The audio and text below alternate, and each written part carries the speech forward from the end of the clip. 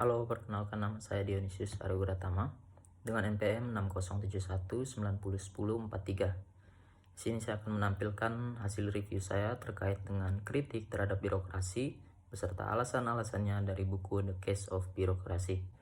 Untuk kritik terhadap birokrasi ini sendiri terbagi ke dalam 3 bagian, yaitu yang pertama kinerja yang buruk, yang kedua kekuasaan yang berlebihan, dan yang ketiga penindasan terhadap individu. Untuk kategori yang pertama, kinerja yang buruk, terdapat beberapa tokoh yang mengkritik. Yang pertama ada dari Robert Ben. Alasannya itu sendiri karena menurutnya kinerja birokrasi sangat buruk. Ia berpendapat bahwa birokrasi kurang terganggu oleh korupsi, dengan kata lain bahwa masalah utamanya adalah pada kinerjanya. Lalu yang kedua ada Gerald Kaiden. Alasannya itu karena cara birokrasi sangat berbelit-belit dan ketinggalan zaman. Lalu yang ketiga ada dari para ekonom. Alasannya karena sebagian besar pajak dan pengeluaran pemerintah sebagai penghambat pembentukan modal swasta dan karenanya merupakan penghambat produktivitas terutama dalam bidang ekonomi. Lalu yang keempat ada dari para sosiolog. Alasannya karena birokrasi itu sangat disfungsional dengan atribut yang melekat pada diri mereka. Birokrasi juga dianggap tidak mampu berinovasi. Birokrasi dianggap menghancurkan individu, pertumbuhan pribadi, dan meracuni hubungan manusia.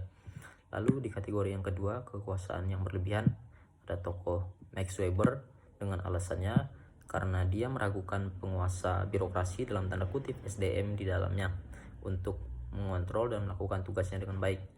Lalu yang kedua itu ada dari Michael Leiden. Alasannya karena kontrol pemerintah dinilai beracun. Lalu yang tokoh selanjutnya ada Robert Michael. Alasannya itu karena birokrasi dianggap tumpul ke bawah dan tajam ke atas. Lalu selanjutnya ada seorang polemis. Alasannya karena birokrasi dinilai lebih memisahkan daripada menyatukan. Lalu yang terakhir ada Mark dengan alasan karena birokrasi dinilai di luar kendali saat ini. Lalu untuk kategori ketiga, penindasan terhadap individu. Yang pertama dari para klien birokrasi.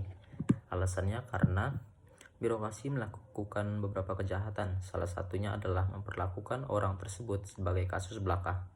Lalu yang kedua berasal dari pegawai. Alasannya karena birokrasi memperlakukan manusia dengan kejam, dengan kata lain menolak mereka untuk aktif dan meminta mereka untuk pasif dalam pembuatan kebijakan atau perbaikan suatu organisasi. Demikian review dari saya. Atas perhatiannya saya ucapkan terima kasih.